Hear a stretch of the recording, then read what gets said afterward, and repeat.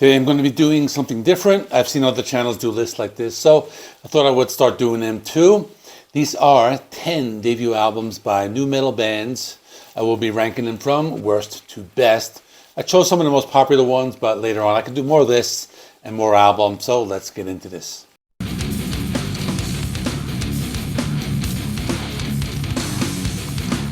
And number 10 is Cold Chamber with their self-titled debut album. This was released on February 11, 1997 through Roadrunner Records. I never really listened to this band when it came out. I only knew about the single Loco, and that song's not too bad. Even though I have it on number 10, I still think it's not too bad of an album. They have a very distinctive sound.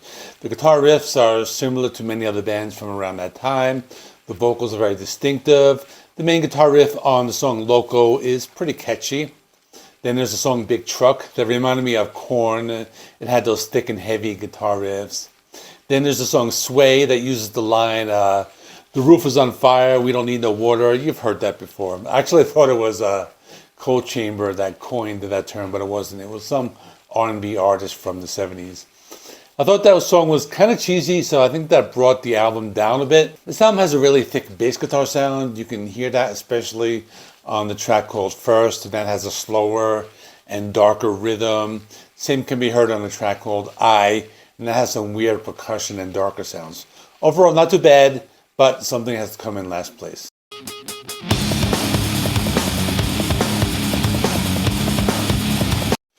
And number 9 is Kittie with the album called Spit. This was their first album back when they played nu metal.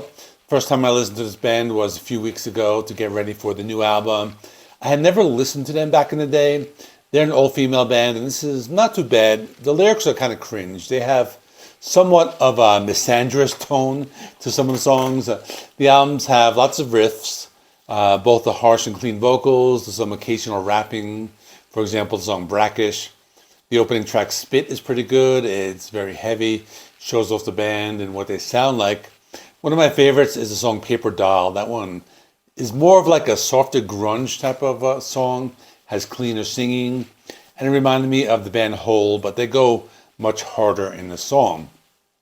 The lyrics are also very dark, and I like the song called Johnny because this one has some heavy guitar riffs, a very angry tone, and I like the song called Trippin' because it has some elements of thrash metal in the sound, but the vocals were more representative of that nu metal style. It's a decent album. I think some of their other albums might be a little better, but I still have it here at number 9.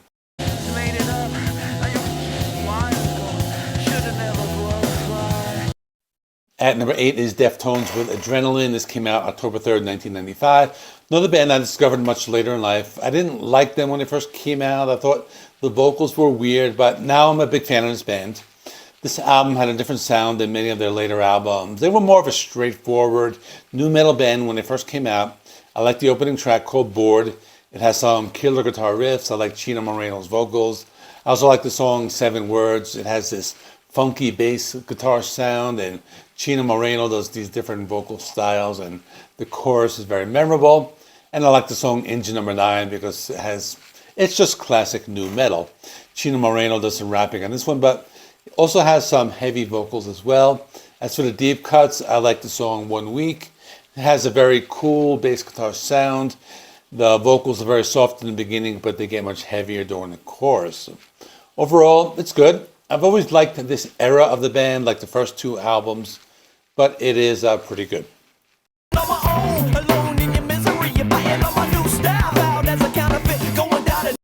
And number 7 is Limp Bizkit with $3 Bill Y'all.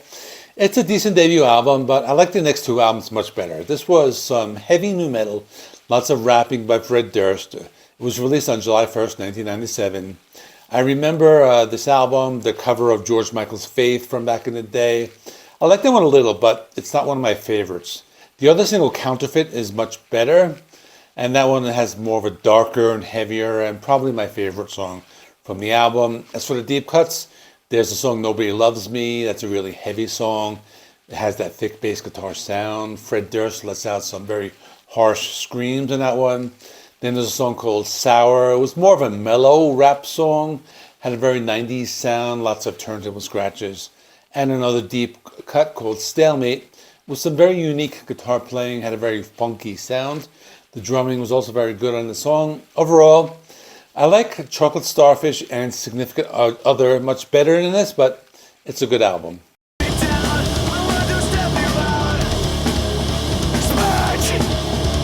At number 6, I have Slipknot with their self-titled debut album. I just did a very in-depth, comprehensive, full review of this album for its anniversary, so I don't need to talk much about it, but it's at number 6, so I'll just say some key points. I think as far as the Slipknot discography, it ranks kind of low for me, but for the purposes of this ranking, it's fairly high. It's almost around the middle, and I think that's because I like a lot of the songs. I like the singles, Spit It Out, I like Surfacing, I like Wait and Bleed, and there are some pretty cool deep cuts as well. I like the song Liberate. I think that one stands out, and I like the song Prosthetics, which is a very dark song. The album is pretty good, probably the most nu metal sounding album. It does have some hip hop elements, has some rapping, some turntable scratches, but there's lots of heavy riffs, lots of weird percussion. Corey Taylor does these different vocal styles, and I think I prefer this band with their albums after like Volume 3, but this one is not too bad. I think pretty much all the Slipknot albums are pretty good. So it's coming in at number 6.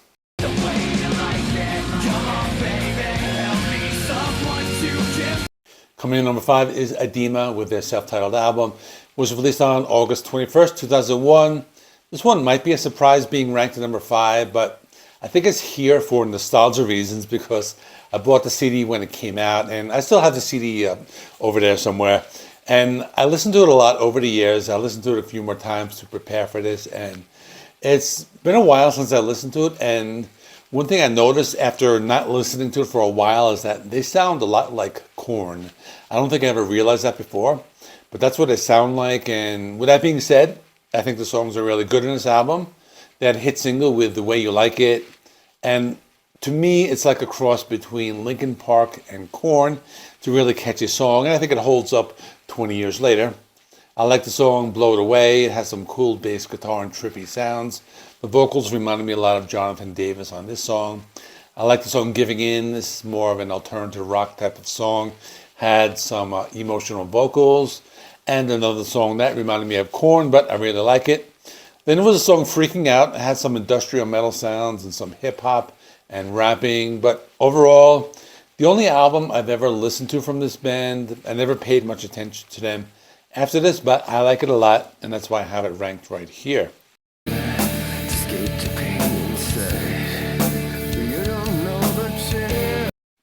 And number 4 is Korn with their self-titled debut album, and this is arguably one of the first nu metal albums ever released.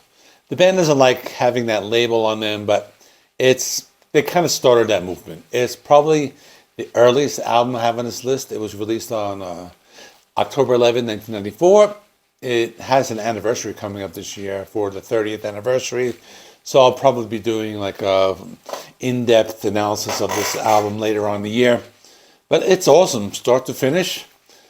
Now, the last song is called Daddy. It's very dark, it's emotional. I kind of have trouble listening to it at times. Sometimes I need to turn it off because it's just really dark, but otherwise, songs are great. Just from the opening track, Blind, that slow drum intro, the bass guitars, and it's a great song. It really holds up today.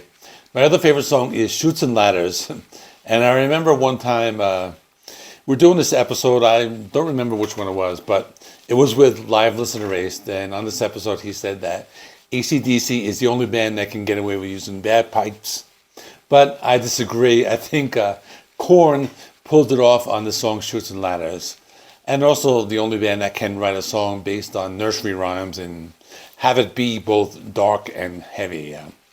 And there's other songs that are great. There's a song called Predictable, and unlike the title, it's not predictable because it has a very unique sound, especially for when it was released, like back in 1994. But that's another one of my favorites. Another great song from the album is Clown.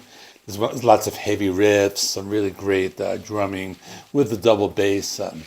Jonathan Davis's vocals are very emotional, and the banter at the beginning is kind of annoying, but otherwise, it's just a really great song. It's a great album, definitely worthy of coming in at number 3 on this list.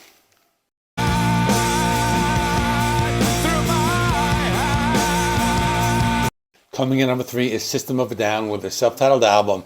This was released on June 30th, 1998. It's actually celebrating 26 years around the time I will be releasing this video. It's one of my favorite bands. Like I've always said, Toxicity is my favorite. That's the one everyone knows. But I think this one is like almost as good, and I don't think a lot of people like know much about this album. I don't hear people talking about it that much. But they were ahead of their time. Hard to believe this band was very popular. They were kind of mainstream at one point, but this is some really heavy stuff. This album has like death growls and lots of heavy stuff. My favorite song is Sugar. It has that hard driving guitar riff, really heavy bass lines, some weird guitar riffs. And you can hear the vocals, but both Serge and Darian, they do these odd time signatures, but I really like it. And the song has weird lyrics, very cool music video. The other song I like is Spiders. That shows the band showing off their softer side. Serge does some quieter singing, and the song has these heavy parts and some interesting guitar playing. There's a deep cut called Soil. It's just very intense. Has some fast drums playing. The guitar playing is very fast. It's heavy. They played some weird time signatures and so many other good songs. I don't have time to talk about it. If I ever do a full review, I'll go in depth, but it's a really great debut album. Definitely worth coming in at number 2.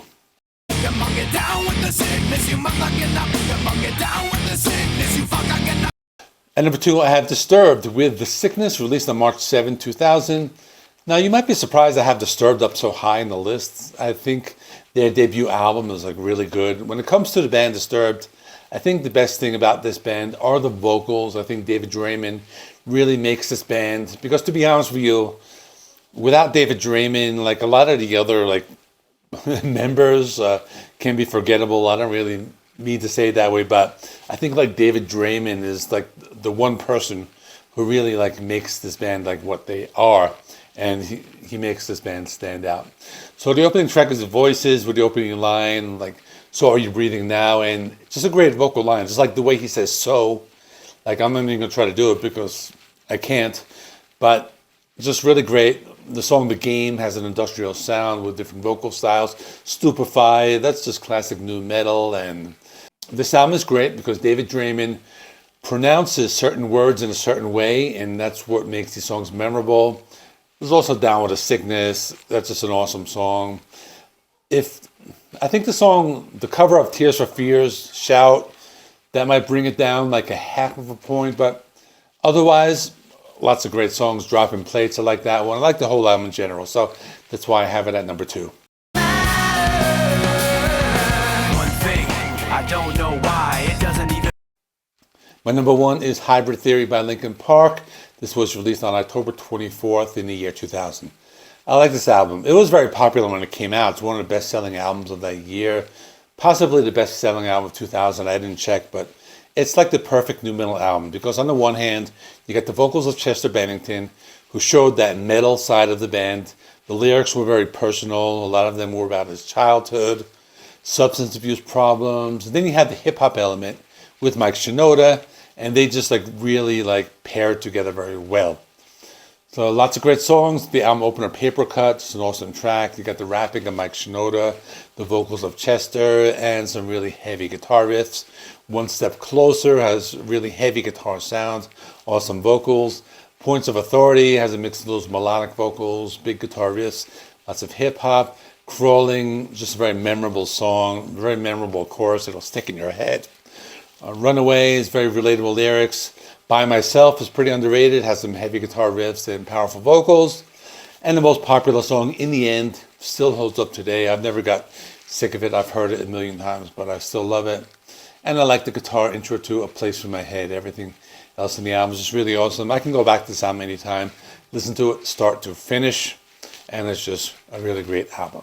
So that's all. Let me know your ranking in the comment section. Check out this recent video I did of the Slipknot album where I go into detail about the history of the band, where they started, where the members started, and it's very detailed. Thanks for watching. Please give this video a like, hit the bell for notifications. Please subscribe. You can check me out on Facebook. I'm on TikTok. I do some additional different videos on those platforms. And thanks for watching. See you in the next one.